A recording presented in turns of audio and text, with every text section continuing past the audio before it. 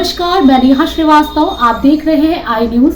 आई news में आपका स्वागत है। आइए नजर डालते हैं अब तक की कुछ प्रमुख खबरों पर। नमस्कार, मैं मोनिका दास। मैं मौजूद हूँ ग्राम सभा बचवन में, जहाँ मेरे साथ कृष्ण प्रसाद यादव जी मौजूद है। मैं इनसे जानना चाहूंगी कि अभी तक इन्होंने 2 सालों में अपने ग्राम सभा में क्या क्या विकास कार्यों को अंजाम दिए हैं और आने वाले 3 साल के लिए क्या रूपरेखा तैयार की है ताकि इस ग्राम सभा का कायापलट हो सके। कृष्ण प्रसाद जी, आपका हमारे चैनल में स्वागत है। सबसे पहले तो आपका बहुत बहुत धन्यवाद। आपने अभी तक 2 सालों में अपने ग्राम सभा में क्या क्या विकास कार्यों को करवाए हैं?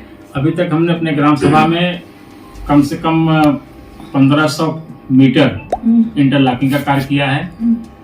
200 मीटर भूमिगत नाली का काम किया है। 100 मीटर ओपन नाली का काम हुआ है। हमारे से पहले पिछले कार्यकाल में सिर्फ 35 पेंशन आती थी, विधवा पेंशन, विकलांग पेंशन मिला करके। अभी आज के डेट में लगभग 300 पेंशनें हमने बनवाया है। आवास कितने आवंटित हुए हैं? आवास हमारे कार्यकाल में मात्र 4 विकलांग हुए हैं। उसके पहले के जो थे वो पूर्ण हुए हैं 1500। शौचालय हमारे कार्यकाल में नहीं आया है। उसके पहले जो आया था वो संतृप्त है सभी। स्वच्छ भारत मिशन में आपकी क्या राय है? स्वच्छ भारत तो स्वस्थ भारत, तो स्वच्छता को लेकर आप अपने ग्राम सभा में क्या क्या काम करवा रहे हैं? स्वच्छता को लेकर सरकार द्वारा चलाई गई योजनाओं के तहत हमने आरआरसी सेंटर बनवाया है ग्राम सभा पचवल में, और डस्टबिन वगैरह रखवाए गए हैं। जगह जगह जागरूकता के लिए पेंट करवाए गए हैं। लोगों को जागरूक किया जा रहा है जी। भूमिगत गड्ढे, जो सुख्ता गड्ढा है और सुख्ता है, वो सब बनवाए गए हैं। आपकी ग्राम सभा में जब हम सर्वे किए तो बहुत सी जनता हमसे मुखातिब हुए, जिनका कहना था कि इस बीच नालियों की साफ सफाई नहीं हो रही है, कूड़ेदानी की व्यवस्था जगह जगह भी नहीं हो पाई है, जल निकासी न होने के कारण नालियों में जल भराव की समस्या भी बनी हुई है। इस पर आप क्या कहना चाहेंगे? 2-3 पूर्व ऐसे हैं जो सीधा नदी से कंटेक्ट हैं, उनको जल निकासी की व्यवस्था कर दी गई है, जो नाली से कंटेक्ट हैं। समस्या वहाँ आती है जहाँ नाली तो बनवा दे, लेकिन पानी जाके छोड़ा कहाँ जाएगा। हमारे राजस्व विभाग में नक्शे में कोई नाली जहाँ नहीं है वहाँ ये दिक्कत है। उसके लिए सरकार यदि नाली की कहीं से व्यवस्था पहले फिर से करे तो ठीक है। समस्या आती है किसके खेत में ले जाके छोड़ेंगे, इसलिए नालियाँ जहाँ दिक्कत वहाँ है। अच्छा, स्वास्थ्य की मैं बात करूं तो हमारे उप मुख्यमंत्री ब्रिजेश पाठक जी स्वास्थ्य मंत्री भी हैं, स्वास्थ्य के प्रति काफी जागरूक है। तो आप अपने ग्राम सभा में स्वास्थ्य को किस स्तर पर आगे ले आना चाहते हैं? हमारे ग्राम सभा में स्वास्थ्य के लेकर उप केंद्र रामपुर है स्वास्थ्य विभाग का, एक और केंद्र बन जाए तो ठीक है। आपके रामपुर जो स्वास्थ्य उप केंद्र वो तो सही ढंग से चलता नहीं है। हाँ, लेकिन जो भी है हमारे लिए तो वही उपलब्ध है, उसी को हम लोग को झेलना पड़ेगा। आपको क्या लगता है उसमें कुछ सुविधाएं उपलब्ध कराने की आवश्यकता है? अभी उसमें बहुत सुविधाओं की आवश्यकता है, उसको हाईटेक करने की आवश्यकता है। जिस तरह से बढ़ रहा है पॉपुलेशन, बढ़ रहा है, मरीज बढ़ रहे हैं और सुविधाएं जो बढ़ रही हैं अन्य जगहों पर, हमारे भी हाईटेक हो जाए तो अच्छी बात है लोगों के लिए। लोग वहाँ जाना पसंद करेंगे। और हम माननीय ब्रिजेश पाठक जी से मांग करेंगे कि हर ग्राम प्रधानों को कम से कम 10 आयुष्मान कार्ड इशू आकस्मिक सेवा के लिए करने के लिए ऐसा अधिकार दें, जिससे हमारे ग्राम सभा में कोई कैंसर का मरीज हो गया, कोई आकस्मिक गरीब है, उसको बहुत दिक्कत आ गई, तो चूंकि आयुष्मान कार्ड पहले के बने हुए हैं तो उनको नहीं सुविधा मिल पाता, जो वास्तविक रोगी हैं। और हमारे लिखने पर वीडियो मैडम अपना जांच करा लें और जो है उसको।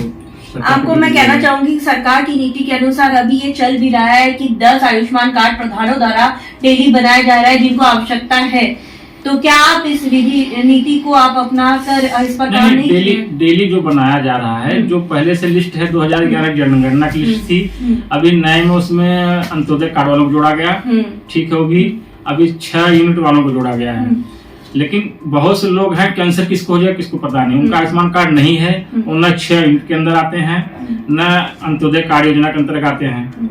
ऐसे लोगों के लिए हमको सुविधा चाहिए। अच्छा। हाँ, और इसमें मुख्य चिकित्सा अधिकारी और बीडीओ को भी जोड़ दिया जाए, जिससे कि भ्रष्टाचार का चांस न रहे, प्रधान अपने लोगों को न दे पाए, सही रोगी को ये लाभ मिले। मेरी ये विशेष मांग है। अच्छी सोच है। सरकार के 19 पैरामीटर पर आप काम कर चुके हैं, जैसे विद्यालय का कायाकल्प, सचिवालय का निर्माण, ये सारे काम हो चुके हैं। हाँ, विद्यालय कायाकल्प हो चुका है। सचिवालय हमारे यहाँ जर्जर अवस्था में है, बाकायदा वीडियो रिकॉर्डिंग करके जिले में चला गया है। जैसे ही जिले से आदेश होगा ध्वस्तीकरण करा के नया सचिवालय बनाने का कार्य किया जाएगा। बारात घर और शमशान घाट की आपकी ग्राम सभा में क्या स्थिति है? नहीं, बारात घर नहीं है। हाँ, क्योंकि जमीन भी उतना उपलब्ध नहीं है, इसलिए बारात घर भी नहीं बना है। और शमशान घाट? शमशान घाट भी नहीं है। आपको नहीं लगता इस पर खेल लिखित मैदान है। आवेदन किया हुआ है? आपने लिखित आवेदन किए है इसके लिए? आप मांग नहीं, अभी लिखित आवेदन नहीं किए हैं। तो करिए इस पर, जरूर सरकार कुछ न कुछ नहीं, बिल्कुल, जरूर बिल्कुल। करेगी। हाँ। क्योंकि और लिखित आवेदन करके प्रतिलिपि नहीं, अपने ब्लॉक पास से रखिए। स्टेप बाय स्टेप दिया जा रहा है ग्राम जी। पंचायतों को। हमारा भी नंबर आ जाएगा, हमको भी मिल जाएगा। बिल्कुल। खेल मैदान बनवा दिया गया है। क्योंकि आपके गरीब तबके के यहाँ के लोगों को मांग है कि यहाँ पे बारात घर हो, क्योंकि जब शादी ब्याह होता है तो उनको दिक्कतों का जी सामना जी करना जी, पड़ता बारात घर आवश्यक है और उससे ज्यादा आवश्यक है जो हम लोगों ने जमीन दिया हुआ है खेल मैदान के लिए।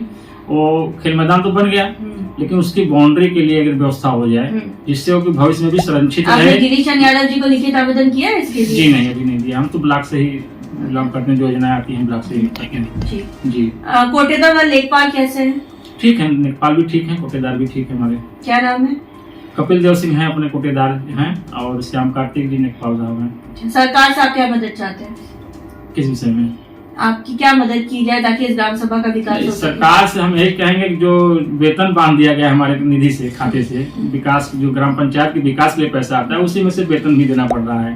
प्रधान का वेतन हो गया, ग्राम पंचायत सचिव का वेतन हो गया, एक पंचायत सहायक का हो गया, और स्वयं सहायता समूह जो शौचालय देख रेख करती है उसका हो गया। काफी पैसा हमारा इसमें चला जाता है।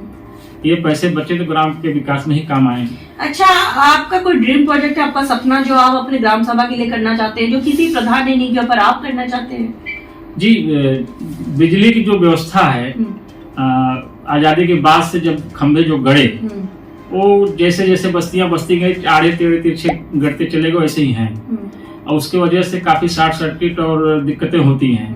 यदि उसका एक नया डिजाइन करके फिर से खंभे गड़ जाए और नए ढंग से टेक्नोलॉजी के साथ गड़ जाए तो बिजली के लॉस जो होता है उस समस्या का निदान पाया जा सकता है। ये मेरा ड्रीम प्रोजेक्ट है। मतलब बिजली की व्यवस्थाओं को दुरुस्त करना। हाँ, इससे सरकार को भी फायदा होगा, बिजली की बचत होगी और गांव वाले भी जो कटौती से मुक्त हो जाएंगे।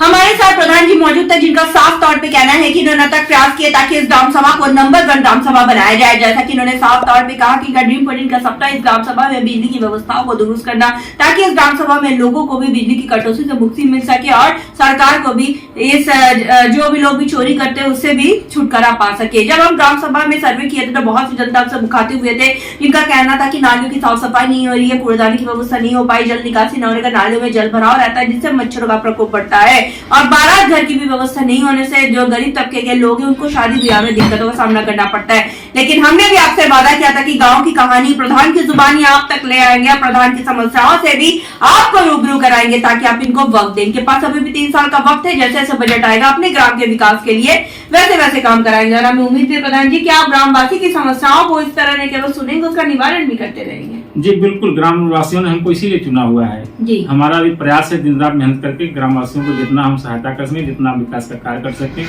क्योंकि ये मौका बार बार मिलता नहीं, एक बार मिला है तो निश्चित तौर पर सेवा कर, निश्चित निश्चित ग्राम की जनता की सेवा करना आपकी ये चाहते हैं। पहली प्रधानी है? जी, पहली बार जीते हैं और निर्विवाद रूप से, बिना किसी जो आजकल के आडंबर चलते हैं बिना उसके जीते हैं।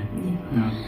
अब देखने वाली बात यह होगी कि इस ग्राम सभा को हम एक आदर्श ग्राम सभा के रूप में ले जाते हैं या नहीं। वीडियो राय शर्मा के साथ मैं कोनिका दास, आई न्यूज़ उत्तर प्रदेश, लखनऊ। तो अब तक के लिए बस इतना ही। बने रहिए आई न्यूज के साथ और अधिक जानकारी के लिए हमारे चैनल को लाइक कीजिए, सब्सक्राइब कीजिए और बेल आइकन प्रेस करना ना भूले। धन्यवाद।